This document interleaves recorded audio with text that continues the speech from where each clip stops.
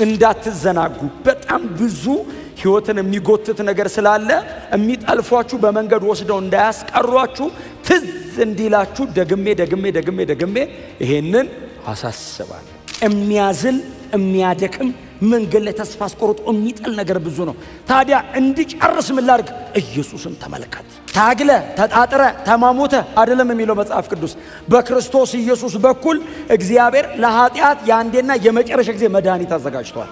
እግዚአብሔር በጣም ኃጢአት ላይ ሲሪየስ ነው፣ ግን ማምለጫና መዳኛ መንገድ ተዘጋጅ። ሰይጣን ምንድነው ዋናው ስፔሩ መጠቀሚያው? ኃጢአት ሲን ነው ግራውንድ የሚያደርገው ላይ ኢየሱስ ሲመጣ ሲንን አፍርሶ ጽድቅ፣ ከዛ ህይወት። ማንም እንዲጠፋ የእግዚአብሔር ፈቃድ አይደለም። እግዚአብሔር ለኃጢአትና ለእሳት የወሰነው ሰው የለም። እንድትድን ይፈልጋል እግዚአብሔር። በቃ የመጨረሻ ይሄ ነው፣ ኑ እባካችሁ ውጡ ሲል ሰው መውጣት አቃተኝ ሲል እግዚአብሔር መጥቶ ና እንውጣ አለ። ኖ መርከብ እየሰራ ስብከት ሆነ። ኢየሱስ መጥቶ ቆሞ ነው ያወራው። በሰው ቋንቋ ነው ያወራው። ሰው መሃል ቁጭ ብሎ ነው ያወራው። ሰይጣን ሰው ላይ የሚገዛው በኃጢአት እኮ ምክንያት ነው። ሞት በኃጢአት ነገሰ ነው እኮ የሚለው። ህይወትስ በጽድቅ ነገሰ ነው። የማይለወጥ አምላክ ነው። የጥንቱ የዘንድሮ የሚባል የለንም። ለዘላለም ያው ነው። እግዚአብሔር ኃጢአተኛውን ነው የሚቀጣው። ኃጢአተኛውንማ እግዚአብሔር ማዳን ነው የሚፈልገው። እግዚአብሔር የሚቀጣው ኃጢአትን ነው። ኃጢአተኛው እምቢ ካለ ነው እግዚአብሔር ደርበው የሚቀጣው እንጂ ኃጢአተኛውንማ ና አምልጥ ናውጣ ነው የሚለው። የበደለውን ሰውዬ ከሥራው ሊያላቅቀው በጣም ዋጋ ረጅም ማይል እግዚአብሔር መጣ። ኃጢአትን እየቀጣ ሰውየውን እየነጠቀ ሰውየው ተመልሶ ይዝበታል እያላቀቀ። እኛን ለማንቃት እኛ የበለጠ ኮንሸስ እንድንሆን አረማመድ አካሄዳችንን እየሰለልን ቼክ እያደረገን እንድንሄድ ማሳሰቢያ። በጽድቅ ዓለምን ኮነነ ተባለ። ማን ተብሎ ያውቃል? ማንም አልተባለም። ጽድቅ አዲስ ኪዳን በክርስቶስ ነው ያለው። ኖ ብሉይ ኪዳን በጽድቅ ዓለምን ኮነነ። ድሮ መርከብ መስራት ነው። ዘንድሮ አዲስ ኪዳን ሲመጣ ጽድቅ ሆነ። እግዚአብሔር የት አለ የሚያስብል ነው። አንድ ሰው መትረፍ እስከማይችል በመርዝ የተጠለቀለቀ ሲስተም ነው። እግዚአብሔር ኪዳን ያደረገው ከኔ ጋር ነው። እግዚአብሔርን የማውቀው እኔ ነኝ። እግዚአብሔር የተናገረኝ እኔን ነው። አምነህ ነው የወጣኸው። ከኔ ጋር ወጥተህ ግን የኔ አምላክ አልጣለህም፣ ባረከ። አዎ እንለያይ። እግዚአብሔር ጌታችን ኢየሱስ ክርስቶስ ኃጢአትን እንዲቃወም ብቻ አይደለም ያደረገው፣ ለኃጢአት መፍትሄም እንዲሆን ያደረገው እሱ ነው። መድኃኒቱም እሱ ብቻ ነው።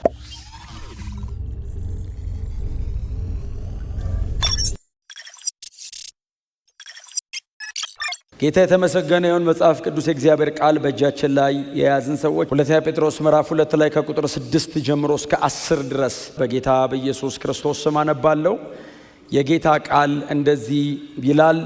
ደግሞም ኃጢአትን ለሚያደርጉ ሁሉ ምሳሌ እንዲሆኑ የሰዶምንና የገሞራን ከተሞች አመድ እስኪሆኑ ድረስ አቃጥሎ ከፈረደባቸው ጻድቅ የሆነውንና በአመፀኞች ሴሰኛ ድርጊት እየተሳቀቀ የኖረውን ሎጥን ካዳነ ያ ጻድቅ ሰው በእነርሱ መካከል ሲኖር በሚያየውና በሚሰማው ነገር ነፍሱ ዕለት ዕለት በአመፀኛ ድርጊታቸው ብትጨነቅም ጌታ በእውነት እያመለኩት የሚኖሩትን ከፈተና እንዴት እንደሚያድናቸውና አመፀኞችን እየቀጣ ለፍርድ ቀን እንዴት ጠብቆ እንደሚያቆያቸው ያውቃል።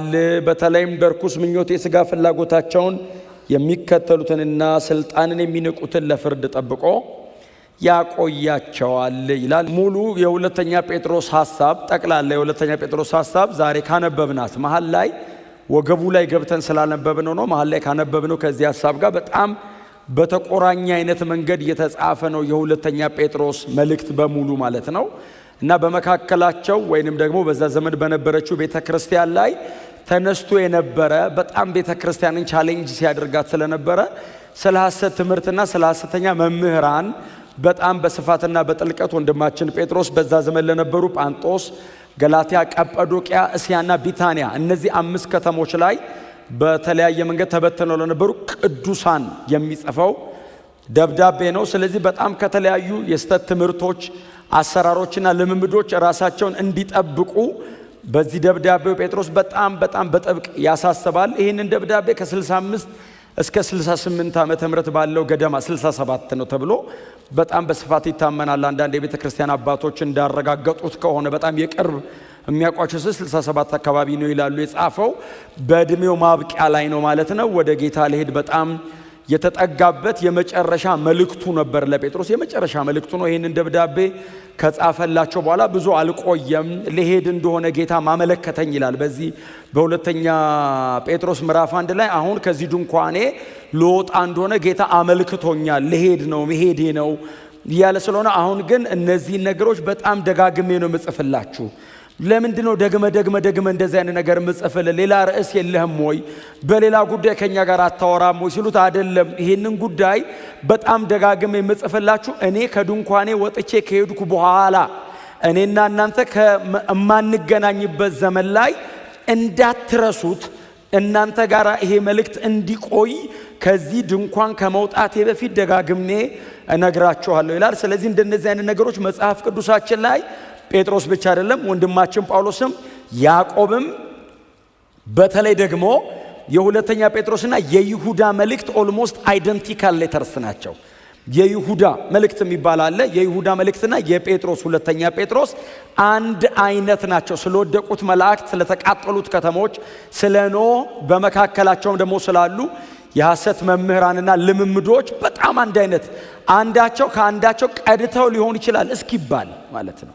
አንድ አይነት ናቸው። ስለዚህ እንደነዚህ አይነት መልእክቶች በቤተ ክርስቲያን መካከል በጣም ሊደጋገሙ ይችላሉ። በጣም የሚደጋገሙት አማኞች ተጠብቀን ጌታችን ኢየሱስ ክርስቶስ ተመልሶ እስኪመጣ ድረስ በነቃ ሕይወትና ልብ እንድንቆይ እኛን ለማሳሰብ ነው። ለኛው ጥቅምና በረከት ብቻ ነው። ክብር ለእግዚአብሔር። ለኛ ጥቅምና በረከት ብቻ ነው። እኛን ለማንቃት፣ እኛ የበለጠ ኮንሸስ እንድንሆን፣ አረማመድ አካሄዳችንን እየሰለልን ቼክ እያደረገን እንድንሄድ ማሳሰቢያ ሆኖ ቀርቧል። ስለዚህ ጴጥሮስም ዓላማ ምንድነው ስትሉት እኔ ከሄድኩ በኋላ እንዳትረሱት፣ እንዳትዘናጉ። በጣም ብዙ ሕይወትን የሚጎትት ነገር ስላለ የሚጠልፏችሁ በመንገድ ወስደው እንዳያስቀሯችሁ ትዝ እንዲላችሁ ደግሜ ይሄንን አሳስባለሁ። ጌታ የተመሰገነ ይሁን እና ራሱ ጴጥሮስ ነው የጻፈው አይደል? ራሱ ጴጥሮስ ነው የጻፈው። ራሱ ጴጥሮስ የአንደኛ ጴጥሮስ ጸሐፊው የወንጌላቱ ስምዖን ማለት ነው። የወንጌላቱ ስምዖን የሐዋርያት ሥራው ጴጥሮስ ማለት ነው። ይህንን ደብዳቤ የጻፈልን እሱ ራሱ ነው ጸሐፊው። ምክንያቱም ምዕራፍ 1 ላይ ቁጥር 12 አካባቢ ጀምሮ ነው የራሱን ፐርሰናል ኤክስፔሪየንስ እንደ ምስክርነት ያቀርባል። በማቴዎስ 17 ላይ ከጌታ ከኢየሱስ ክርስቶስ ጋር ጌታችን ኢየሱስ ክርስቶስ በተለወጠበት ተራራ ላይ አብሬው ነበርኩ ይላል። እኔ ማነው የጻፍከው ማነ ሲሉት ጌታችን ኢየሱስ ክርስቶስ በዛ በትራንስፊግሬሽን ማውንቴን ላይ ክብሩን በገለጠበት መለኮትነቱ ቁርበቱ ላይ ባብረቀረቀበት በዛ ተራራ ላይ የአይን ምስክር የነበርኩት ሰውዬ ነኝ ሲል ያንን ጉዳይ የአይን ምስክር የነበረው ወይ ዮሐንስ ነው ወይ ያዕቆብ ነው ወይ ጴጥሮስ ነው። ዮሐንስ ደግሞ ለነሱ ሊጽፍላቸው አይችልም፣ እነሱ ያሉበት አካባቢ አገልጋይ አይደለም። ያኛው ያዕቆብ ደግሞ ቀድሞ የሐዋርያት ሥራ ምዕራፍ 2 ላይ የቸርች ኤርሊ ጊዜ ላይ ወደ ጌታ ጨርሶ ሄዷል። ስለዚህ ሊሆን የሚችለው የዚህ ደብዳቤ ጸሐፊ ይሄው ሰው የራሱ ወንድማችን ሐዋርያው ቅዱስ ጴጥሮስ ነው እና ጳውሎስ ሊሆን ይችላል እንዳትሉ ምዕራፍ 3 ቁጥር 12 አካባቢ ወንድማችን የተወደደ ወንድማችን ጳውሎስ ይለዋል እና ጳውሎስን ደግሞ ሜንሽን ያደርጓል እዚህ ደብዳቤ ላይ አብረው ያገለግሉ ነበር ማለት ነው። ስለዚህ ጳውሎስም አይደለም ጴጥሮስ ነው እየጻፈልን። ጌታ የተመሰገነ ይሁን እና ይሄ መሃል ላይ ገብቻ ያነበብኩላችሁ ጉዳይ ነገሩን ለመከላከል ጴጥሮስ ያቀረበው የመጀመሪያ የብሉይ ኪዳን ጥቅስ አይደለም። ከዚህ በፊት ስለወደቁ መላእክትና ስለሚጠብቃቸው ጥፋት በኖህ ዘመን ስለነበረው ነገርና እግዚአብሔር በዚያ ዘመን የነበረውን ነገር እንዴት አድርጎ እንደቀጣ ከዚህ ቁጥር በፊት ወንድማችን ጴጥሮስ አሳስቦ ከዛ በሶስተኛ ደረጃ ነው ሎጥን የሚያመጣው። እስቲል ጴጥሮስ በመካከላቸው ያለውን ነገር ዲል ለማድረግ እየተጠቀመ ያለው የብሉይ ኪዳን መጽሐፍን ነው አይደል? ቀደምት የነበሩትን የብሉይ ኪዳን መጽሐፍትን ሶስቱንም ሐሳብ ደግሞ የሚያመጣው ከዘፍጥረት መጽሐፍ ላይ እስቲል የዘፍጥረት መጽሐፍ ላይ ነው ያለው እና አሁንም ቢሆን ሎጥን በዛ ዘመን የነበረውን የሰዶምና ገሞራን እግዚአብሔር የፈረደበትን መንገድ በዚህ መልእክቷ ላይ በጣም ጠንከር አድርጎ ያቀርባል። እንደው ለምንድን ነው ሎጥን ያመጣው ካላችሁት ቁጥር 6ን ማንበብ ጥሩ አይመስላችሁም? ምዕራፉ ለቁጥር 6 ምንድን ነው የሚለው? ደግሞም ኃጢአት ለሚያደርጉ ሁሉ ምሳሌ እንዲሆኑ አይደለም ይላል። አሁን ጴጥሮስ ለምንድን ነው ሎጥን ያመጣው? ለምንድን ነው ሰዶምና ገሞራ ያንን ነገር ያመጣው? ኃጢአት ለሚሰሩ ሁሉ ምሳሌ እንዲሆኑ እግዚአብሔር በነዛ ከተሞች ላይ በዛ ዘመን ያደረገውን ነገር እንድታስታውሱ ነው። ኃጢአት የሚሰሩ ሰዎች እንደዚህ አይነት ነገር ይጠብቃቸዋል። ጥርጥር የለውም። ለምንድን ነው እንደዚህ አይነት ነገር የሚጠብቃቸው? የጥንቱ እግዚአብሔር የዘንድሮም ነው። እግዚአብሔር አይለወጥማ። በማንነቱ እግዚአብሔር አይጋጭም። ማንነቱ እግዚአብሔር አይለወጥም። አንቼንጀብል ነው። እግዚአብሔር የማይለወጥ አምላክ ነው። የጥንቱ የዘንድሮ የሚባል የለንም። ለዘላለም ያው ነው። እግዚአብሔር ስለማይለወጥ አሁንም ቢሆን ኃጢአትን የሚቀጣበት ፔናሊቲው ሲሪየስ ነው ትምህርቱ። ሎጥን ያመጣው ቁጥር 9 ሁለተኛ ዓላማው ጌታ በእውነት እያመለኩት የሚኖሩትን ከፈተና እንዴት እንደሚያድናቸው ለማሳወቅ ነው። ሁለተኛ ዓላማው የመጀመሪያው ኃጢአተኞችን እግዚአብሔር ይቀጣል ነው። ሁለተኛው በንጹህ ሕሊና በጤናማ መንገድ እያመለኩት የሚኖሩትን ደግሞ ያድናቸዋል። ለዚህ ለማነሳው ሁለት ነገር ሎጥን የመሰለ ምሳሌ አላገኝም አለ ጴጥሮስ። እንደ ሎጥ አይነት ምሳሌ አላገኝም። የኖህ አይነት ምሳሌ አላገኝም። የወደቁት መላእክትና ቅዱሳን መላእክቱ አይነት ምሳሌ አላገኝም። ሎጥ ግን በጣም ጥሩ ነው። ስለ ኖህ ብዙ አላወራም። ሰውየው በጣም አስጨናቂ ሰው ነው። ለማብራራት አይመችም። የኖረው ግን ከባድ ነው። 950 ዓመት እኮ ነው የኖረው። አንድ ቁጥር ነው የወጣው። እግዚአብሔር ስብስብ ሲያደርገው አንድ ቁጥር አዲስ ኪዳን ላይ በቃ ሳይጻፉ ከመሞት ሰውየው ብዙ አልሰራም። አንድ መርከብ 120 ዓመት ሰራ። በቃ ጨረሰ፣ ኮነነ፣ ሞተ። አንድ ጉዳይ ነው እድሜውን የጨረሰው። ያቺ ጉዳይ ግን ይኸው መስቀል እንዲህ ሽንቁር አድርጋ ነው የመጣችው። አዲስ ኪዳን ድረስ መጣች። ዘፍጥረት ላይ አንድ ታሪክ ነው እንዳንል መስቀል ተሻግሮ መጣ። በጽድቅ ዓለምን ኮነነ ተባለ። ማን ተብሎ ያውቃል? ማንም አልተባለም። ጽድቅ አዲስ ኪዳን በክርስቶስ ነው ያለው። ኖ ብሉይ ኪዳን በጽድቅ ዓለምን ኮነነ። ድሮ መርከብ መስራት ነው። ዘንድሮ አዲስ ኪዳን ሲመጣ ጽድቅ ሆነ። ድሮ በእንጨት ሰራ፣ አዲስ ኪዳን ሲመጣ በእምነት ሰራ ሆነ። በዚህ ሁለት ዓላማ ሎጥ ተጽፏል። አንደኛው እግዚአብሔር ኃጢአትን ይቀጣል። ሁለተኛው እግዚአብሔር እያመለኩት በጤንነት እያመለኩት የሚኖሩትን ደግሞ ያድናል። እግዚአብሔር እንደዚህ አይነት አምላክ ነው። ጮክ በሉና እስቲ ያድነናል በሉ እስቲ። እያመለከን ነው የምንኖረው። እኛ አሁን ቸርችን ያገኟችሁ ኋለኞቹ ነን እኛ። እንደው ግን ለማሳሰብ ያክል ነው በእውነት እንደ ጴጥሮስ የጻፈው ደጅ ላሉ ሰዎች አለ። ለቤተ ክርስቲያን የተጻፈ መልእክት ነው። ቸርች ውስጥ ጌታን እያመለኩ ላሉ ሰዎች ማንቂያ ነው የተጻፈው። ደጅ ላሉት ምን ትነግራቸዋል? ራሱን እኮ ነው የሚኖሩት። ሰዶም ገሞራ እኮ ነው እኮ ደጅ የተጻፈው። ለማን ነው? አምልጠው በሎጥ አይነት አቋም ውስጥ ስጋቸውን በጥርሳቸው ነክሰው እየኖሩ ላሉ ሰዎች እኮ የተጻፈ ነው። እንዳትወሰዱ የሰዶምና የገሞራ ጉዳይ ይዟችሁ እንዳይሄድ። ለምን? እግዚአብሔር ሰዶምና ገሞራ በጣም አማላይ፣ አታላይ፣ ልብን ጥልፍ የሚያደርግ እግዚአብሔር የሌለና የቀረ የሚመስል አይነት ሲስተም ነው ሰዶምና ገሞራ። እግዚአብሔር የት አለ የሚያስብል ነው። አንድ ሰው መትረፍ እስከማይችል በመርዝ የተጠለቀለቀ ሲስተም ነው የሶዶምና ገሞራ ሲስተም።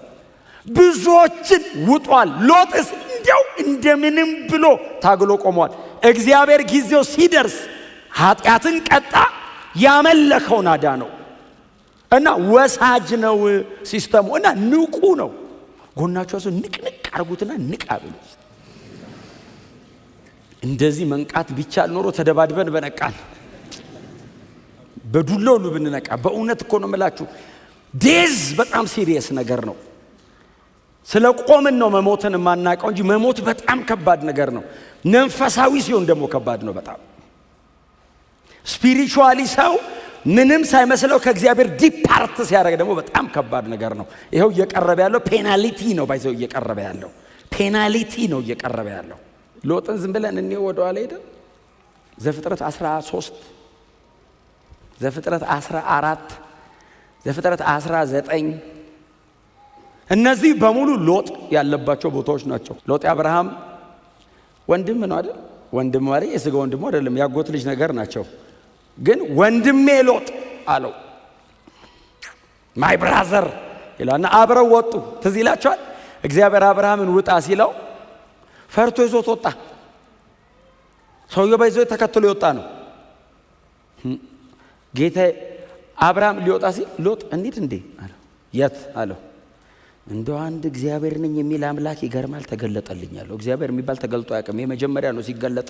የአብርሃም ብሎ ነው እግዚአብሔር ራሱ የጀመረው አይደል? እግዚአብሔር ራሱ ሲጠራው የአብርሃም ይስሐቅ ያዕቆብ ነው። ከአብርሃም በፊት የእንትና ተብሏል አይታወቅም። እግዚአብሔር ተገለጠልኝ። ማን ነው እግዚአብሔር? ዝም ብሎ ተገለጠልኝ በጣዖት አምልኮ ውስጥ እያለሁ እና ውጣ አለኝ። ወዴት ውጣ አለ? እንደው ዝም ብሎ ወደ ማሳይ ውጣ አለኝ። አመንከው? አዎ ሪል ነው አይቼዋለሁ። ደግሞ ያወራል እና ሲናገረኝ ደግሞ ውጣ ውጣ የሚል ነገር ነው። ታዲያ አይ መውጣቴ ነው። ግን ከብቻዬ ከመውጣ እንደምታውቀው ነው እኛ ዘላኖች ነን። አዎ ከብት እያረባን የምንዞር ሰዎች ነን። በየመንገዱ ጠላት አያጣንም። አዎ እንግዲህ በአባቴ በኩል በእናቴ በኩል ጠላት ሊኖር ይችላል። የሆነ ጠላት መንገድ ላይ አግኝቶ እንዳያጠቃኝ አብረኝ ትወጣለህ? እሺ። የድሮ ሰው ጥሩ፣ የዘንድሮ ሰው ረጅም ሸኝቶ ነው የሚመለሰው። አካሄዳለሁ ይላል። ይሄኛው እሺ እንውጣ አለና እድሜውን፣ ህይወቱን፣ ስሙን፣ ታሪኩን አብርሃም ላይ ለጥፎ ወጣ። እግዚአብሔር አብርሃምንና ሎጥን ያጣላቸው አይደል? እዚህ በጣም ደጋግሜ ተናግሬያለሁ። ሁለቱም ባርኮ ነው የለያቸው አይደል? አጠገባቸው ለሰው ተባርኮ ቢለይ ጥሩ አይደለም? በእውነት ነው የምላቸው። እናንተ አብርሃም ሁኑና ግን ሎጥ አሁን ካጠገባቸው ወድቆ ቢለያቸው የኔ አምላክ ነው የምትሉት? ባርኮት ይሂድ በዛ ይላል አይደል? ከብታቸው በዛ፣ አህዮቻቸው በዙ። ምን ያርጓቸው? መጽሐፍ ሲነገር ምድር አልበቃቻቸውም ይላል።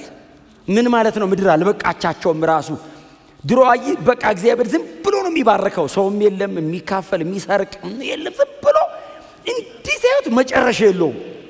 ከብት በከብት አገሩን ሁሉ። ከዛ መጽሐፍ ሲነገር ሎጥና አብርሃም ተጣሉ አይደለም የሚለው፣ እረኞቻቸው ተጣሉ ይላል። እረኞቻቸው ሲጣሉ መጡና የአብርሃም እረኞች ከሰሱ። የሎጥ እረኞች እንትኑን አስቸገሩን፣ ምንጩን፣ ውሃውን ምናምን ሲሉ አብርሃም ሎጥን ጠራውና እንግዲህ እግዚአብሔር ባርኮናል አለው። ሁለታችንም አሁን ሰራዊት ሆነናል። አሁን ምረጥ። አንተ በዚህ በኩል የምትሄድ ከሆነ እኔ በዚህ በኩል ሄዳለሁ፣ አንተ በዚህ የምትሄድ ከሆነ እኔ በዚህ ሄዳለሁ። ምርጫውን ላንተ ልስጥህ። አምነኸኝ ነው የወጣኸው። እግዚአብሔር ኪዳን ያደረገው ከኔ ጋር ነው። እግዚአብሔርን የማውቀው እኔ ነኝ። እግዚአብሔር የተናገረኝ እኔን ነው። አምነኸኝ ነው የወጣኸው። ከኔ ጋር ወጥተህ ግን የኔ አምላክ አልጣለህም፣ ባረከ። አዎ እንለያይ ሲለው ሎጥ ቆመ እና በጣም አማትሮ ሲያይ አይደለም ይለው እንደ እግዚአብሔር ገነት ይልና በግብፅ አምሳልም የተሰራችውን የሶዶምን ምድር ተመለከታት ይላል። እንደዚያ የተቃል ዲሴው ለነዚህ ሁሉ ከብቶች ምግብ እዛ ይኖራል አለና እንደዚህ ዞር ሲል ምድረ በዳ ነው። አብርሃምን አየው። ወደ ፈለከው ነው ያልከኝ አለ። አይ እጣ እንጣጣል አይደለም፣ ወደ ፈለከው አለው። እግዚአብሔር ላያችሁ ላይ ኪዳን ያስቀምጥ።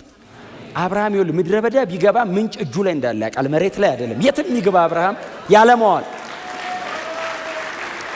በእውነት እግዚአብሔር ከእናንተ ጋር ይሁን። የትም ግቡ። እግዚአብሔር ይባርካችሁ። አብርሃም ሂኖስ አውቆታል። በቃ እግዚአብሔርን በጣም ብዙ አላወቀውም። በጣም እኮ አልተገናኙም። ግን አንዴን ያገኘው ምን አይነት እንደሆነ ግን ገባው። ገና ህዝብ የሚያደርገኝ አምላክ ለመሬት ለድንጋይ አላማውም። ሂድ አለው። ሎጥ መረጠና ሄደ። ተለያዩ። የአብርሃም ታሪክ ቀጠለ። ሎጥ በሰዶም ገባ። ልጆቹን ይዞ ገባ። መጽሐፍ ሲናገር ምዕራፍ 14 ላይ አይደል የሰዶም ህዝቦች እጅግ ክፎችና ኃጢአተኞች ነበሩ ይላል። በጣም ክፎች ኃጢአተኞችም ነበሩ ይላል። ሎጥም ሜዳማውን ምድር መረጠ ይልና በሰዶም ከተሞች ድንኳኑን እየነቀለ ኖረ ይላል። ታውቃለህ? አላስቀምጣሉት። እዚህ ጋር ይተክላል ይነቅላል፣ እዛ ጋር ይተክላል ይነቅላል፣ እዛ ጋር ይተክላል። ወዴት ሂድ? በዚህ ጊዜ ጦርነት ተነሳ ይላል። ሌሎች 5 ነገስታት መጥተው ሰዶም ያለበትን አካባቢ ለመውጋት ጦርነት ተነሳ። ጦርነት ተነሳ ብቻ አይደለም ተዋጉ ይልና ሰዶምንና ገሞራን ድል አረጓቸው። በዚህ ጊዜ ሎጥን ልጆቹንና ንብረቱን ማርከው ይዘው ሄዱ። በዚህ ጊዜ ማርከው ይዘው ሲሄዱ ከምርኮኞች መሃል የተረፈ አንድ ሰው እየበረረ ወደ አብርሃም መጣ ይላል። አይገርማችሁም? ግን አብርሃም ሩቅ አይደለም ያለው፣ እያየ ነው። ታውቃለህ፣ በሩቅ ደግሞ አብርሃም ያለበት ከፍታ ነው። ሰዶም ባይዘው ወደ ታች ነች። በኋላ ምዕራፍ 19 ላይ እግዚአብሔርን መጥቶ ወደ ሰዶም አየ ወደ ታች ይላል። አብርሃም ቤት ሆኖ አብርሃምም ከእግዚአብሔር ጋር ቆሞ ወደ ሰዶም ተመለከተ ይላል። ወደ ታች ነው። ሮጦ መጣና ጌታዬ አብርሃም አለው። አቤት አለው። የእንትን አገሮች መጡ። እሺ ሰዶም እንድል አረጓት። ሎጥስ አለው። ማረኩት። ሚስቱና ልጆቹ ተማርከዋል። ንብረቱስ ተቃጥሏል። ታዲያ ይዘውት ሄደዋል። 318 በቤቱ ያሉ የተዘጋጁ ባሮች ነበሩት ይላል። ሰውየው እኮ አንተ ሰራ አገር ሆኗል። 318 ባሪያ የት ጋር እንዳፈራ መጽሐፍ ቅዱስ አይነግርም። ብቻ ነው ውጣ የተባለው እግዚአብሔር ሳይነግረን የሰጠው ማለት ነው። አሜን በሉ። ሁሉ ይጻፍ እንዴ? መጽሐፍ ቅዱስ አይበቃማ። ዝም ብሎ የሆነ ቦታ ሰርፕራይዝ ያደርጋል። 318 ባሪያ ከየት መጣ ትላል። በቃ ነበሩ። እኔ ራሴ አላውቀውም ነበሩ፣ ግን በቃ አሉ። 318 ባሪያ እየተዋለደ ምን እያለ ያደገ ማለት ነው። ታጠቁ አለ። ጦራቸውን ያዙ ይላል። ተከትሏቸው ሲደርሱ ማምሻውን ደረሱ ይላል። መጽሐፍ እንደዚህ ይላል። እኔ ይኸውላችሁ ሚሊተሪ ሳይንስ ያውቃል አብርሃም። በቡድን አድርጎ ነገራቸው ይላል። ወታደራዊ ሳይንስ እኮ ነው። ይኸውልህ አንተ በዛ በኩል ግባ፣ አንተ በዛ በኩል፣ አንተ በዛ በኩል፣ አንተ በዛ ሚሊተሪ ሳይንስ በደንብ አስታጠቃቸው፣ ነገራቸው። እሻሉ ሄዱልና ድል አረጉ፣ አሸነፉ። ሎጥን አዳነው ይላል። ቤቱን ታደገለት ይላል። መለሰው ይላል። ሲመልሰው ሎጥ በሰዶም ቀረ። ኦሬዲ ከአብርሃም ጋር ተለያይተዋል። እንደ ኪዳን ገብቶባታል ሰዶም ውስጥ። ስለዚህ አብርሃም ወደ አገሩ ምርኮን ይዞ ተመለሰ። ሎጥ በሰዶም ቀረ ይላል። ከዛስ አብርሃም ውለታ ውዬልሃለሁ ና ባሪያዬን አላለውም። ኑሮህን ቀጥል፣ ችግር ካለ እመጣለሁ። መሀል ላይ የአብርሃም ታሪክ ነው። ከዛ የሚቀጥለው ኤሌዘር፣ አብርሃም፣ እግዚአብሔር፣ ጩኸት፣ ጭቅጭቅ፣ ለቅሶ፣ እንባ ምናምን ብዙ አጋር ምናምን። ከዛ መጽሐፍ ሲናገር ምዕራፍ 18 ላይ እግዚአብሔር አብርሃም ጋር መጣ። እግዚአብሔር አብርሃም ጋር የመጣው ወደ ሰዶም እያለፈ ነው። እግዚአብሔር ሰዶምን ሊያጠፋ ሲያልፍ ይላል በአብርሃም በኩል አለፈ። እግዚአብሔር ለአብርሃም ተገለጠለት ይልና ቀጥሎ ምንድነው የሚለው? አብርሃምም እባካችሁ እንግዶቼ አለ ይላል አይደል? መጽሐፉ የሚለው እግዚአብሔር ተገለጠለት ነው። አብርሃም ሲጠራቸው እባካችሁ፣ አብርሃም 3 አድርጎ ይጠራቸዋል። መጽሐፉ እግዚአብሔርም ብሎ ይመልሰዋል። 3ቱ መጡና አብርሃም ቤት መምሬ ዛፍ ስር ቁጭ ብሏል። አብርሃም መምሬ የሚባል ሰው ያለ ልጆች ያሉት ዛፉ እሱ ነው ባይዘው እና አብርሃም የመምሬ ዛፍ በጣም ተለቀለ ዋርካ ነገር ነው ማለት ነው። እንዲህ የአካባቢው አደባባይ እንደዚያው ወሎ ሰፈር አደባባይ እንደምንለው የመምሬ ዛፍ በጣም የሚታወቅ ቦታ ነው። አብርሃም መምሬ ዛፍ አካባቢው ቁጭ ብሏል። እግዚአብሔር መጣ አብርሃም ጋር። አብርሃም አንተ ጋር ነው የመጣሁት አለው።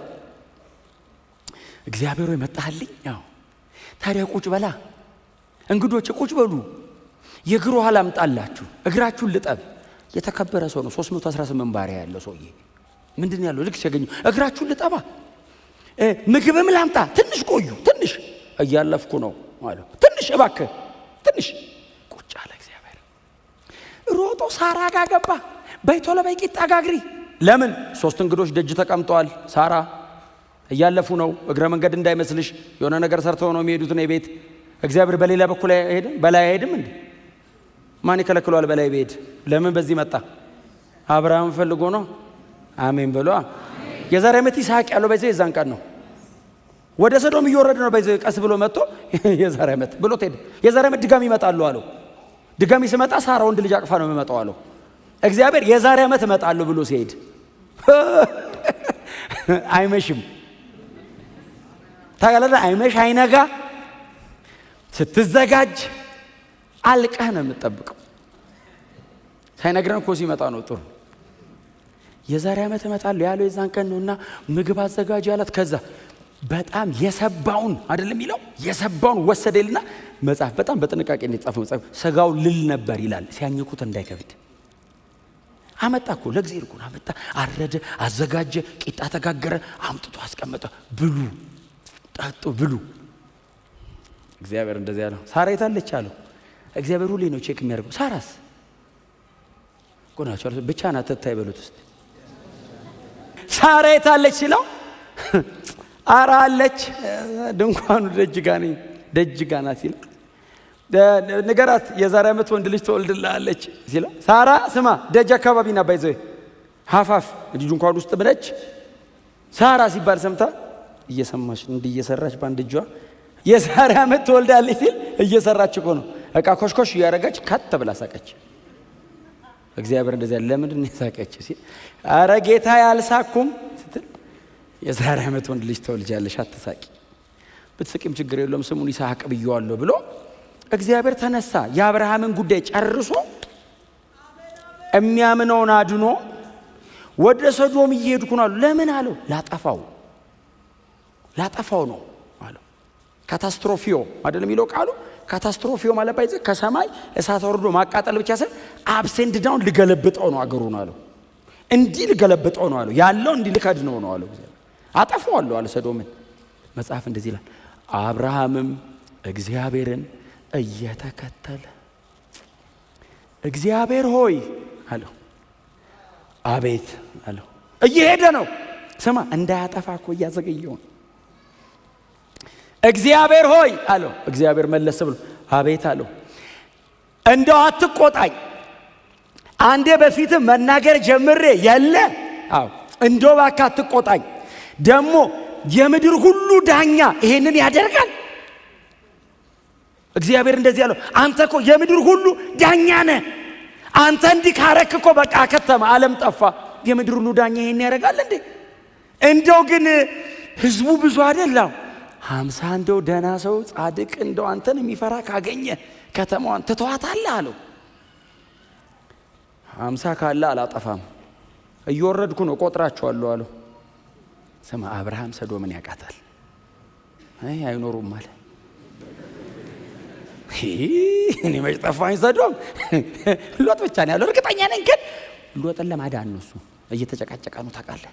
ጨረሰ ልታጠፋ ነው ወይ እኮ ነው ጭቅጭቁ። እግዚአብሔር ያለ ቅሬታ አይተው ምንም ነገር አላጠፋም 50 ካገኘው ብሎ እግዚአብሔር ጉዞ ሲጀምር አብርሃምን በእግዚአብሔር ፊት ቆመ ይላል ታውቃለህ። ፊቱ ሄዶ ቆመ። እግዚአብሔር ሆይ አለው። አቤት አትቆጣኝ መናገር ጀምሬ የለ ይላል መሃል እንደዚህ አይነት ነገር የተናገረው ጌዲዮን ነው። አትቆጣኝ እችኛዋ ትርጠብ መሬቱ ይድረቅ።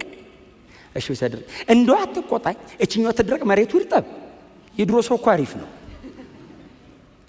አይ ስፔሲፊክ ነው ጉዳዩ ህይወት አይደል እንዴ? ህይወት ነው ድንገት አይደል? እግዚአብሔርን ብሎ ነው የወጣው። አብርሃምን ታሪክ አለው ከእግዚአብሔር ጋር ከሚሰራው ውጪ ባለ ታሪክ ሊያደርጉት የሚችሉትን ነገሮች በሙሉ ጥሎ አይደል የወጣው። እግዚአብሔር ነው ታሪኬ ብሎ እኮ ነው የወጣው።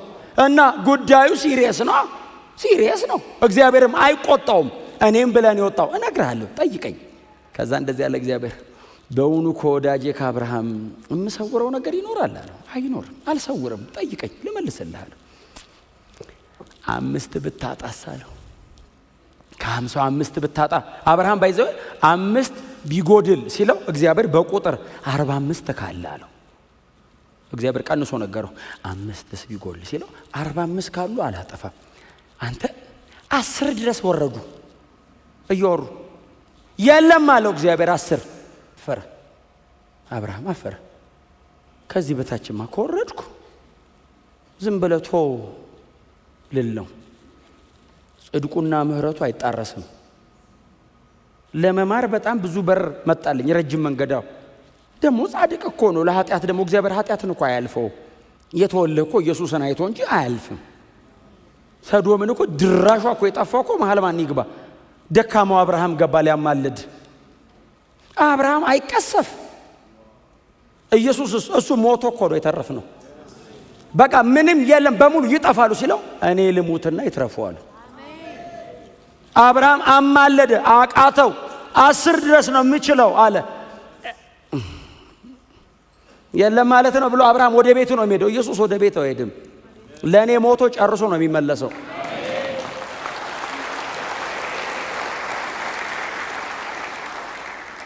አስር ድረስ ወረዱ። ከዛ መጽሐፍ እንደዚህ ያለ እግዚአብሔር ለአብርሃም እንደዚህ ያለው በፊቴ ኃጢአታቸው ወጥቷል አለውና ምን እንዳርተቃላችሁ በርግጥ በኔ ፊት እንደወጣው እንደሆነ በመካከላቸው ሄጄ እመለከተዋለሁ አለው። ተቃል እኔ ፊት ወጥቷል። በጣም ኃጢአታው የሰዶም ኃጢአት እኔ ፊት መጥቷል አለው። በርግጥ እኔ ጋር እንደደረሰው ነው ብዬ ሄጄ አያለሁ ብሎ ገቡ ይላል አይደል? ወደ ሰዶም አንዱ ከአብርሃም ጋር እያወራ ሁለቱ ገቡ። የእግዚአብሔር መላእክት ይላቸዋል፣ ቴዎፌላ ይለዋል። የእግዚአብሔር መላእክት ገቡ። ሲገቡ ወደ ሰዶም እግዚአብሔር ወደ ሰዶም ሲገባ ሎጥ በከተማይቱ በር ላይ ቁጭ ብሏል ይላል። ውስጥ ደጅ ቁጭ ብሏል። ሎጥ ምን ታረጋለህ አለው። የት ልቀመጥ አለው። ምድሪቱ በሙሉ በእርኩሰት በአመጽ የተሞላች ናት፣ የት እቀመጣለሁ አለው። የከተማ ደጅ ላይ ቁጭ ብሏል። ታውቃለህ፣ ይሄንም ያክል የተከበረ ሰው እግዚአብሔር የባረከው ሰው በብዙ ከብት በብዙ ሀብት የተሞላ ሰውዬ ከኃጢአታቸው ጋር እንዴት ተባበራሉ አለው። ከተማው ብዙ መሬት አለው፣ በጣም ስፔስ አለው፣ ለኔ ግን የለውም። ሲስተሙ ለኔ አይሆንም። በጣም ኃጢአት አመጽ ፐርሶኒፋይ ሆኖ ኃጢአት ስጋ ለብሶ የሚራመድበት ከተማ ነው።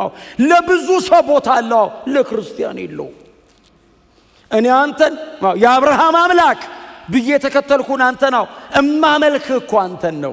በእነሱ ስርዓት፣ በእነሱ አመጽ፣ በእነሱ ኃጢአት፣ በእነሱ መንገድ እኔ ልሄድ አልችልም። አንተን አውቄሃለሁ አብርሃም ጋር አንተን ነው ማመልክህ። እንደምትፈልገው ሆኜ ነው የምኖረው ለአንተ። ስለዚህ ከተማው ለኔ አይሆንም፣ መርጬ ነው የመጣሁት። እየተሰቃየሁ ነው። ደጅ ቁጭ ብሏል። እግዚአብሔር እንደዚህ ያለው ሎጥን እንሂድና ግባ አለው። የት አለው? ወደ አንተ ከተማ እንግባ አለው። አብረው ወረዱ። በጣም ይገርማችኋል። በሰው አይነት ነው አይደል የመጣው። ከሎጥም ጋር እያወራን የከተማው ሰዎችም አዩት ይላል። ገቡ እና ሎጥ ቤት ገብቶ ቁጭ አሉ። ቁጭ ሲሉ የከተማው ሰው መጽሐፍ እንደዚህ ነው፣ ወጣቶችም ሽማግሌዎቹም ጭምር ያለ መጡ ይላል።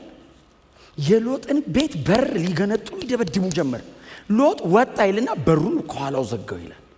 እንዳይገቡ ዘጋው። ምንድነው ሲላቸው በቤት ያሉትን ሰዎች አውጣ፣ ከነርሱ ጋር ደግሞ አመጽን ማድረግ እንፈልጋለን ሲሉት እባካችሁ ብሎ ለመናቸውና ቀጥሎ እንደዚህ አለ፣ ወንድ የማያውቁ ሴቶች ልጆች አሉኝ፣ እነሱን ልስጣችሁና የወደዳችሁትን አድርጉ፣ እነዚህ እንግዶቼ ናቸው፣ እንደው እባካችሁ እንደዚህ አሉት። ይሄ አሉ እርስ በርስ መጻተኛ ሆኖ መጥቶ በእኛ ላይ ሊፈርድ ነው እንዴ አሉና ገፈታትረውት በሩ ሊገነጥሉ ሲሉ ይላል በውስጥ የነበሩት ሁለቱ መላእክት ይላል ሎጥን ጎትተው ወደ ውስጥ አስገቡትና በሩን ዘጉት ይላል። ከዛስ በሩን ፈልገው እንዳያገኙ አሳወሯቸው ይላል። በሰላም አንተ ፊት ለፊት የምታየው በር ሲጠፋብ፣ ሰው ግን ለኃጢአት ያለው ሲሪየስነስ አይኑ ተይዞ አያቆምም። እንደዚህ ያሉት ሎጥን ከተማይቱን ልናጠፋት ነው የመጣ ነው አለው። ሴት ልጆቹን አያቸው፣ ሚስቱና ሴት ልጆቹ አሉ አያቸው። ሌላ ዘመድ አለ እንዲህ አለው። የልጆቼ ያላገቧቸው እጮኞች አሏቸው ሲል በል ሰብስባቸው አለው። ቶሎ ሰብስበ ይዘውጣ፣ ኦሬዲ ታውረውልሃል፣ ይዘውጣ፣ አንተ እንደወጣ ከተማው ይጠፋል አለው። መጽሐፍ እንደዚህ ይላል። ልጆቹንና የልጆቹን እጮኞች ይዞ እሱና ሚስቱ ሆነው ጉዞ ጀመሩ። ከዛ ሎጥ ትንሽ አይቲንክ እድሜው ትንሽ ሄድ ብሏል። እንደዚህ ያለው ወደ ተራራ ውጣና ሽሽ ነው ያለው። ተራራ መውጣት አልችልም፣ እኔ ተራራ እየወጣው እያለ ትደርስብኛለህ፣ እያጠፋው እያለ እሳቱ እኔንም ያገኘኛል፣ ወደ ዞአር ልሂድ አለው። ሌላ ከተማ ሲለው መጽሐፍ እንደዚህ ይላል፣ አንተ ከዚህ ከተማ ሳትወጣ ምንም ማድረግ አልችልም አለ። በጣም ይገርመኛል። አንተ እዚህ ያለ አዎ ምንም ላደርግ አልችልም፣ ውጣ አለው። ችግር የለውም እጠብቅሃለሁ አለ። ሂድ። ክብር ለእግዚአብሔር ይሁን። ቁጥር 7 ጻድቅ የሆነውንና በአመፀኞች ሴሰኛ ድርጊት እየተሳቀቀ የኖረውን ሎጥን ካዳነ። ቃሎቹ ትንሽ ጠንከራ ይሉ። እየተሳቀቀ የምትለው ቃል ትንሽ ከባድ ነች አይደል? እንደው ዝም ብሎ ኖረ ቢሆን ኖሮ ጥሩ ነበር። እየተሳቀቀ ማለት ያዋርዱሃል ማለት ነው። አንተ በጽድቅ ስትኖር እነሱ በአመጽ ሲኖሩ እነሱ ጽድቅ እየሰሩ አንተ ኃጢአት እየሰራ ነው የሚመስለው። ያሳቅቁሃል። በጽድቅ መኖርን ያቃልሉብሃል። ጴጥሮስ ለምንድነው ይሄንን የምትነግረን ሲሉት የሐሰተኛ መምህራኑ ይሄንን ነው እያደረጉ ያሉት። በእግዚአብሔር መንግሥት ሰው ለጽድቅ ጨክኖ ሲኖረው ይሳቀቃል።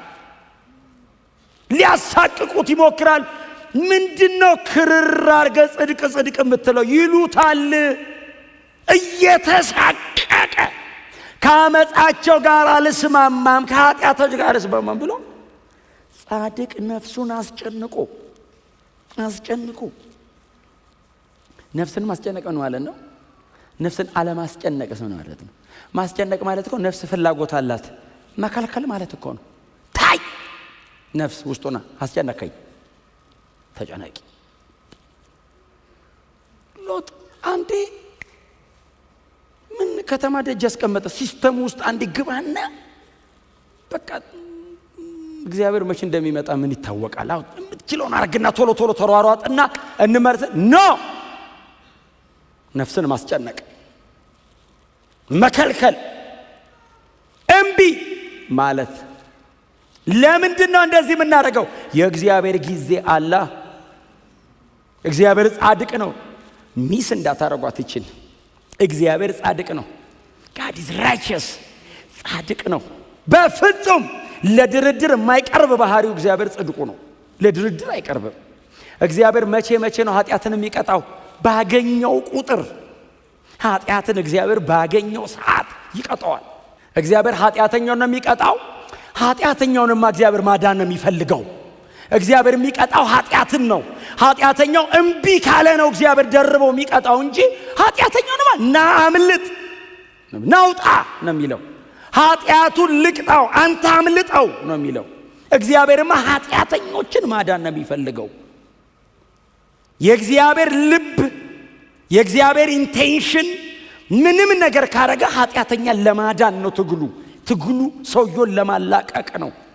ሰው ግን አንዳንዴ ልከኛ ነው። እንደ ሰዶም ሰዎች እነዚህን እንግዶች ምንም ልታደርጓቸው አትችሉም ሲል አሳውሯቸው ከዛስ እምቢ ብለው አልፈው እልከኝነታቸው እንጂ እግዚአብሔርማ ኃጢአተኛውን ማዳን ነው ፍላጎቱ። የእግዚአብሔር ናፍቆት የኃጢአተኛ መዳን መትረፍ ነው። ኃጢአትን ግን እግዚአብሔር መቼም ታግሶ አያውቅም። ከቅድስናው ጋር አብሮ ሄድማ። እግዚአብሔርን በጣም ዋጋ ያስከፈለው ነገር ኃጢአት ነው። በጣም ነው ዋጋ ያስከፈለው እግዚአብሔርን ኃጢአት በጣም ነው ዋጋ ያስከፈለው። የሰራሁት እኔ ነኝ። የበደለው እኮ ሰው ነው። እግዚአብሔር ዋጋ ከፈለ። የበደለውን ሰውዬ ከስራው ሊያላቅቀው በጣም ዋጋ ረጅም ማይል እግዚአብሔር መጣ።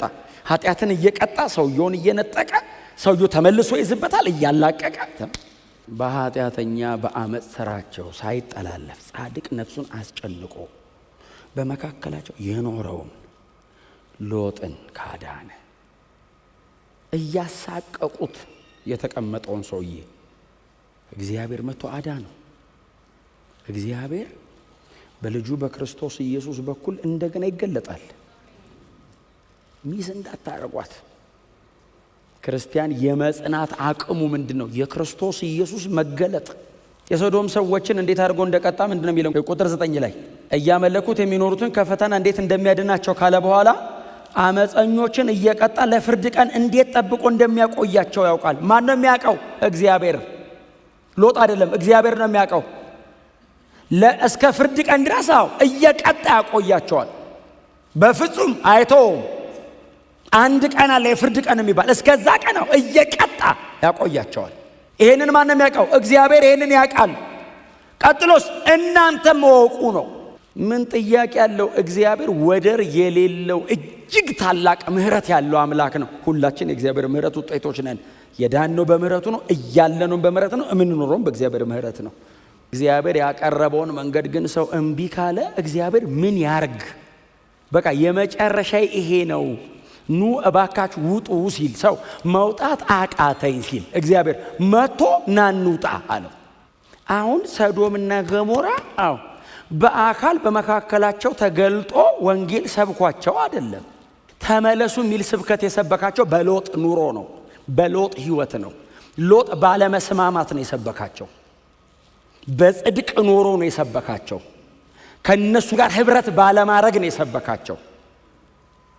እግዚአብሔር የሰዶም ከተማ መልእክተኛው ሎጥ ነበር። ሎጥ እምቢ ብሎ እየቻለ እድሉ ያለው እሱንና ቤቱን ወንድ የማያውቁ 2 ሴት ልጆች ነበሩት ይላል። ከሲስተሙ ጋር ኢንጌጅ ያላረጉ ማለት ነው። ራሱንም ቤቱንም ነው ጠብቆ የኖረው። ይሄ ስብከት ነው ለነሱ። እግዚአብሔር አልነገረንም እንዳይሉ እግዚአብሔር በሎጥ በኩል እየነገራቸው ነው። የእግዚአብሔር ሰባኪው ሎጥ ነበር። በኖህ ዘመን የነበሩ ሰዎች እግዚአብሔር የት ጋር ነው የነገርከን ሲሉት መርከብ እየሰራ ነው። መርከብ መስራት ለካ ስብከት ነበር። ኃጢአተኛ ስራቸውን ኮነነ ይላል። ለካ እየተሰበከ ነው እየተደረገ። ለካ የሆነ ነገር እየሰሩ ነው የሚመስለው፣ ግን እየሰበኳቸው ነው። እነሱ የሚያደርጉትን አያደርጉም፣ ለብቻቸው ነው የሚኖሩት። ያለካ መልእክት ነው።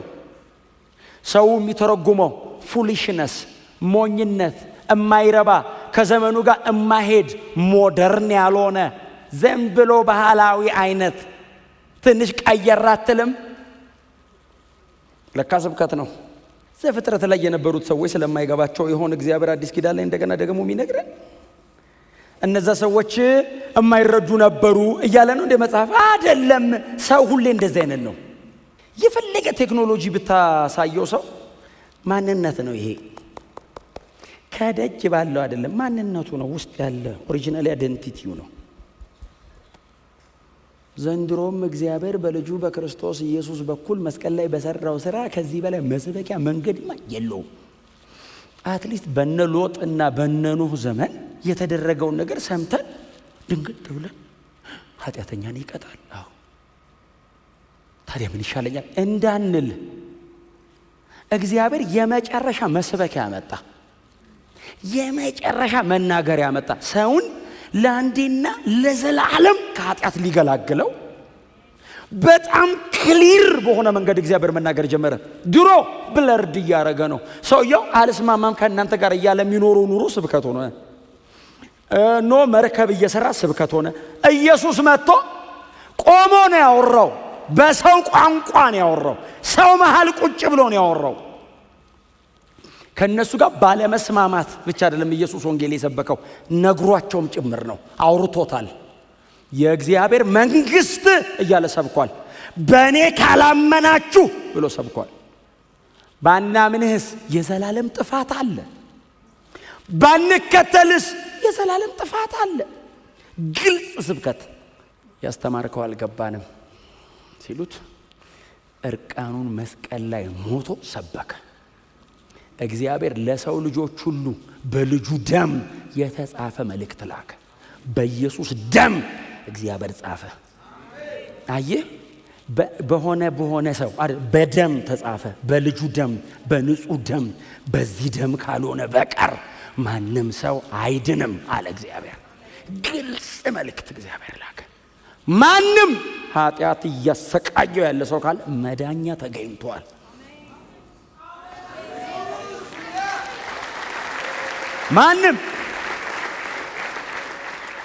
ማንም እንዲሞት እግዚአብሔር አይፈልግም።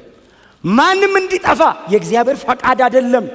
እግዚአብሔር ለኃጢአትና ለእሳት የወሰነው ሰው የለም። እንድትድን ይፈልጋል እግዚአብሔር። እኔ ለማዳን ልጁን ላከ። ከምንድን የሚያድነኝ ኢየሱስ? ከኃጢአትና ከኃጢአት ነው።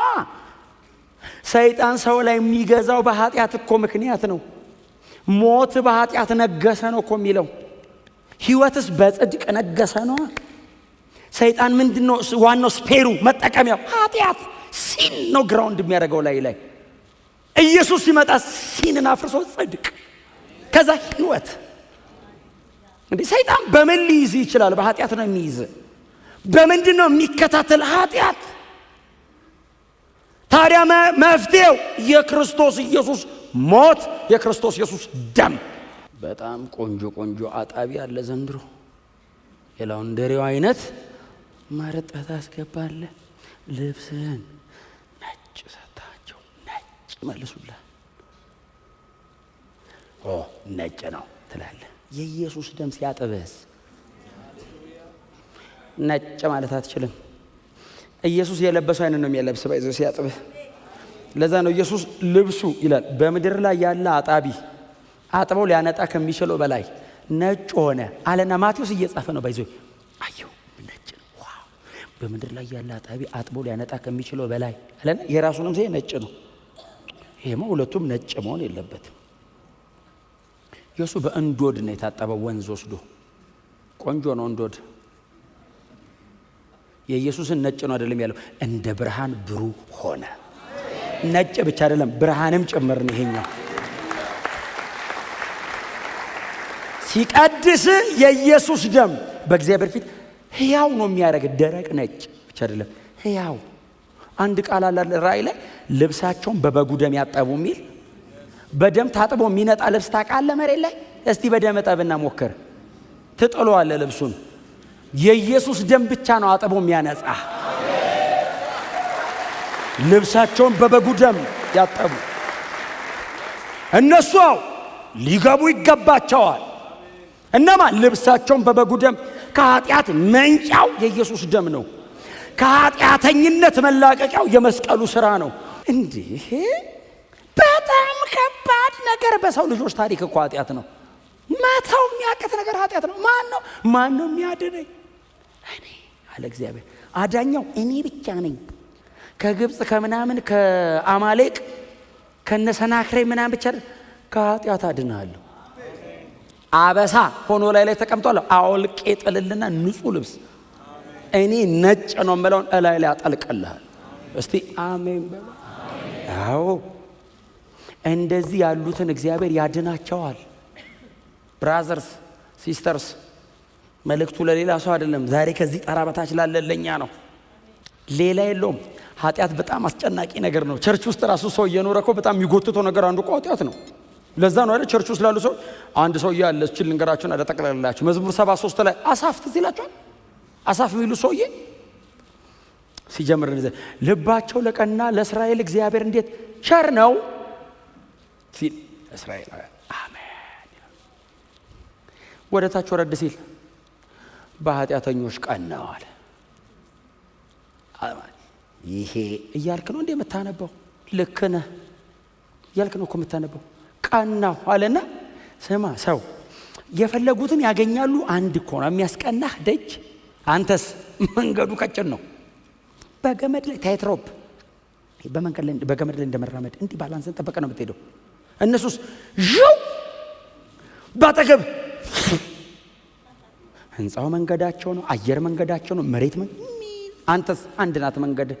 100 መንገድ ካለ አንድ ነው እግዚአብሔር። 99 በሙሉ የሰይጣን። ሰይጣን በፈለገው ይጠቀማል። እግዚአብሔር በአንድ ነው የሚጠቀመው። አንድ ነች። እስቲ አሜን በሉ። እግዚአብሔር 100 አለ መርጠ የሚል ነገር የለም። አንድ ነው ያለው ይላል። አረ ሌላ አማራጭ እግዚአብሔር ይሄኛው ጠበበ። በዚህ በኩል ነው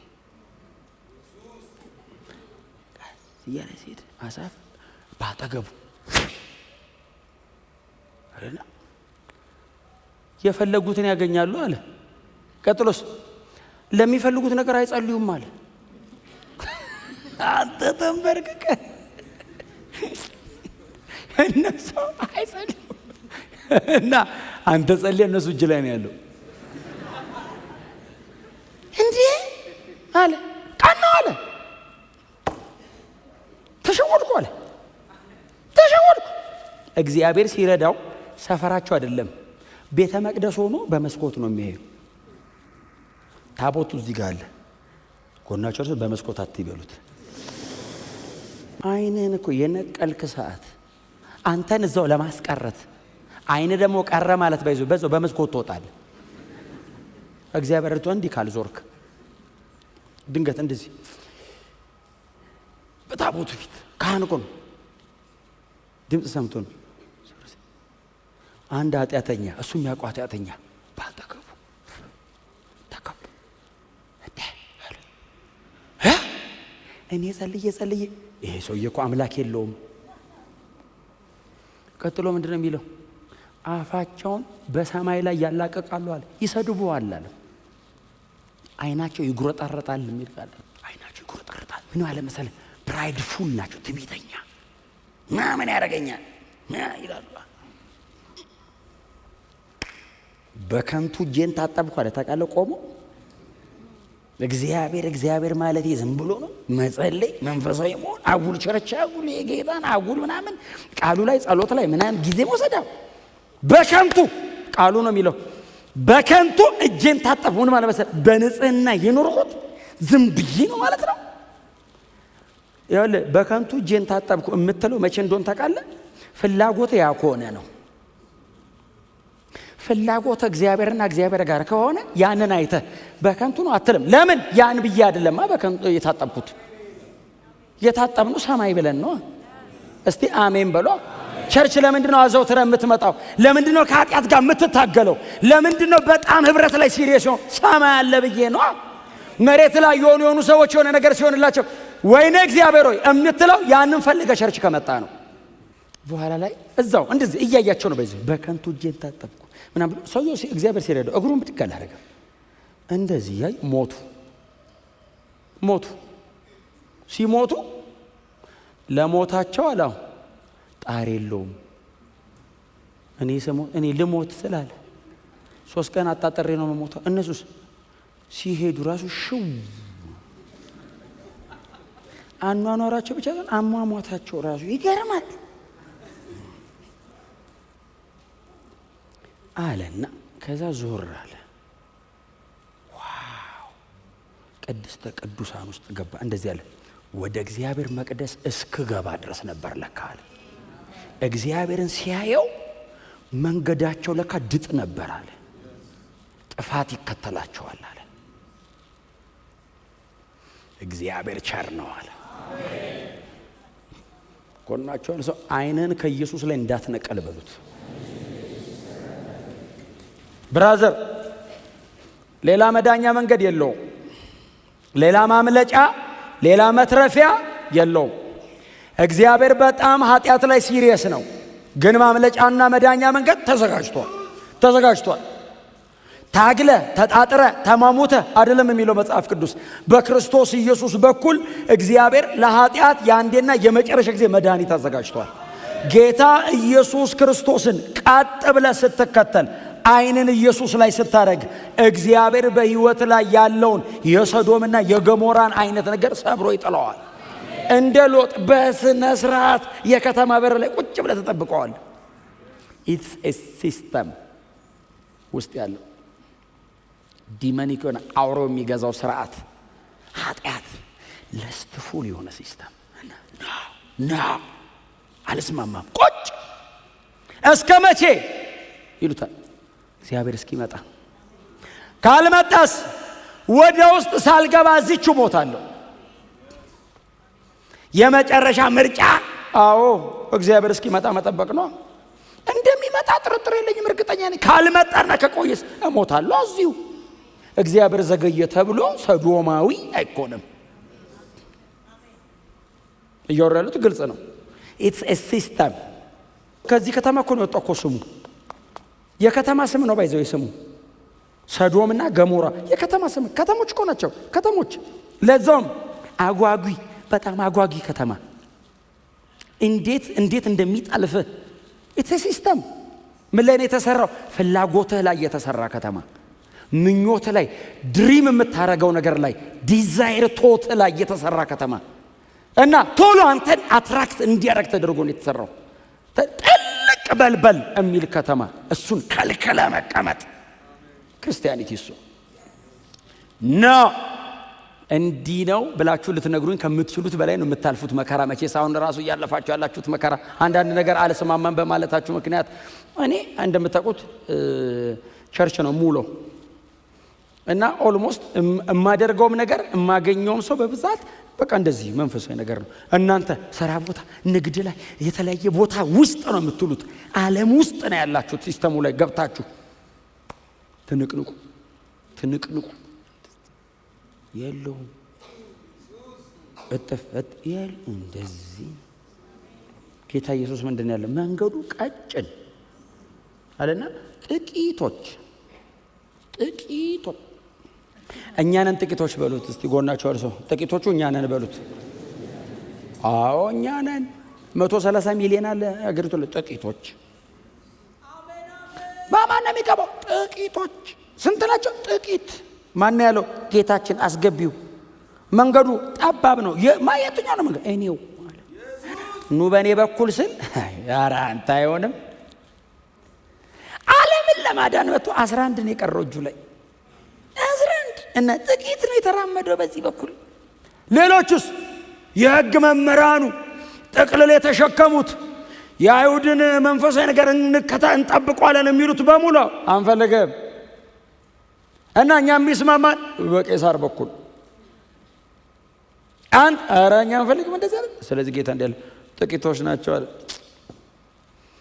ከተማ ሙሉ ተከተለው የሚላለ 12000 ተከተለው የሚላለ 5000 ተከተለው የሚላለ 120 ከዛ 70 ከዛ 12 ተከተሉት የሚላለ ከዛ 3 ተከተሉት የሚላለ ከዛ አንድ አለ ከዛ ኢየሱስ ብቻውን ቀረ የሚላለ ሲሞት ብቻውን ነው ባይዘው።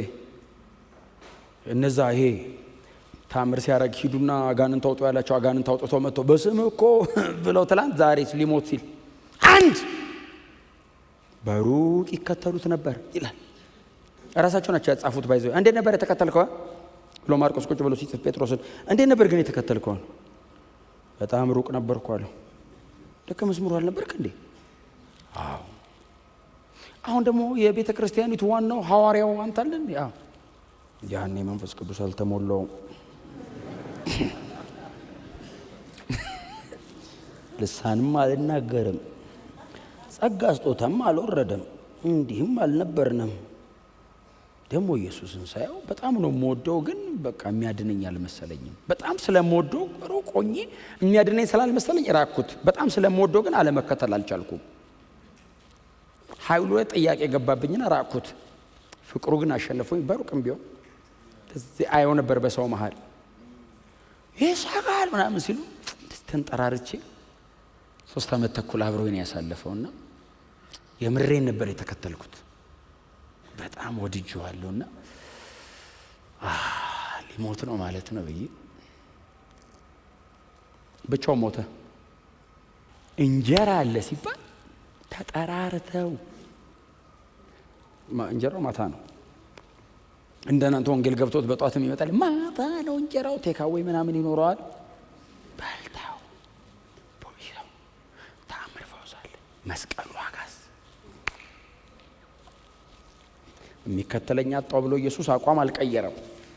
ምሳሌያችን፣ ምልክታችን፣ ሞዴላችን ክርስቶስ ነው። እንደ ኢየሱስ ዓለምን የተቃወመ የለም። እንደ ኢየሱስ ኃጢአትን የተቃወመ የለም። እግዚአብሔር ጌታችን ኢየሱስ ክርስቶስ ኃጢአትን እንዲቃወም ብቻ አይደለም ያደረገው፣ ለኃጢአት መፍትሄም እንዲሆን ያደረገው እሱ ነው። መድኃኒቱም እሱ ብቻ ነው። እውነቴን ነው የምናገራችሁ። ዛሬ ለአዳዲስና እንግዳ ለሆኑ ሰዎች ብቻ አይደለም ይሄንን ነገር የምናገረው፣ ለሁላችንም ነው የምናገረው። እንደዚህ አይነት ሲቃይ ውስጥ ያላችሁ ሰዎች ካላችሁ ዛሬ ለእናንተ ልጸልይላችሁ እፈልጋለሁ። ክብር ለኢየሱስ ይሁን። ሌላ ጸሎት አይደለም ልጸልይላችሁ፣ አይናችን ኢየሱስ ላይ እንዲተካል መጽሐፍ ቅዱስ ሲናገር ምንድነው የሚለው? ዕብራውያን 12:3 ላይ በነፍሳችሁ ዝላችሁ እንዳትደክሙ ከኃጢአተኞች እንዲህ ባለ መቃወም የጸናውን አስቡት ይላል። ተመልከቱት እኮ ከኃጢአተኞች እንዲህ ባለ መቃወም የጸናውን ኢየሱስን አስቡት ይላል። ለምን? ነፍሳችሁ ዝላችሁ እንዳትደክሙ። የሚያዝል የሚያደክም መንገድ ላይ ተስፋ አስቆርጦ የሚጥል ነገር ብዙ ነው። ታዲያ እንዲጨርስ ምን ላድርግ? ኢየሱስን ተመልከት። እርሱ ነውርን ንቆ በፊቱ ስላለው ደስታ በመስቀል ታግሶ በእግዚአብሔር ዙፋን ቀኝ ተቀምጧል። ሃሌሉያ! ጨርሶ ተቀምጧል። ጨርሰን እንሄዳለን።